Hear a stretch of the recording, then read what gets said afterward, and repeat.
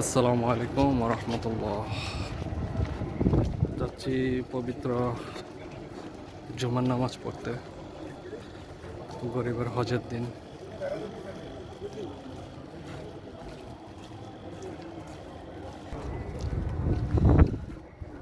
কাতার এখন প্রচণ্ড গরম, প্রায় 47 ডিগ্রি তাপমাত্রা।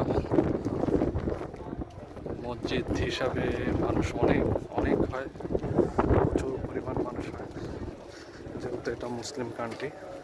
আজকে শুক্রবার, সবার ছুটির দিন,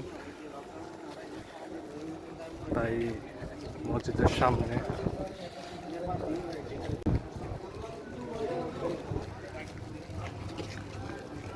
এই হচ্ছে আমাদের মসজিদ।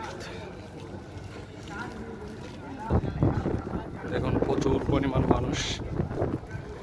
কাতার একটি ছোট্ট রাষ্ট্র, কিন্তু মানুষ অনেক বেশি, প্রায় 26 লাখের মতো।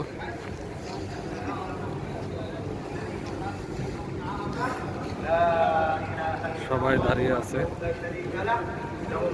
পাশে প্রচুর গরম।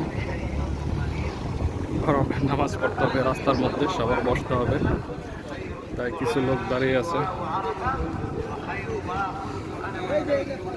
আশেপাশে। নামাজ শুরু হলে দাঁড়াবে সবাই, ছায়ার মধ্যে দাঁড়িয়ে আছে।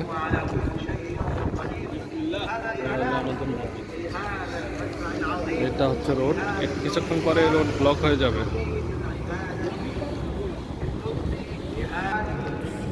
এখানে পানি দিচ্ছে সবাইকে ফ্রিতে।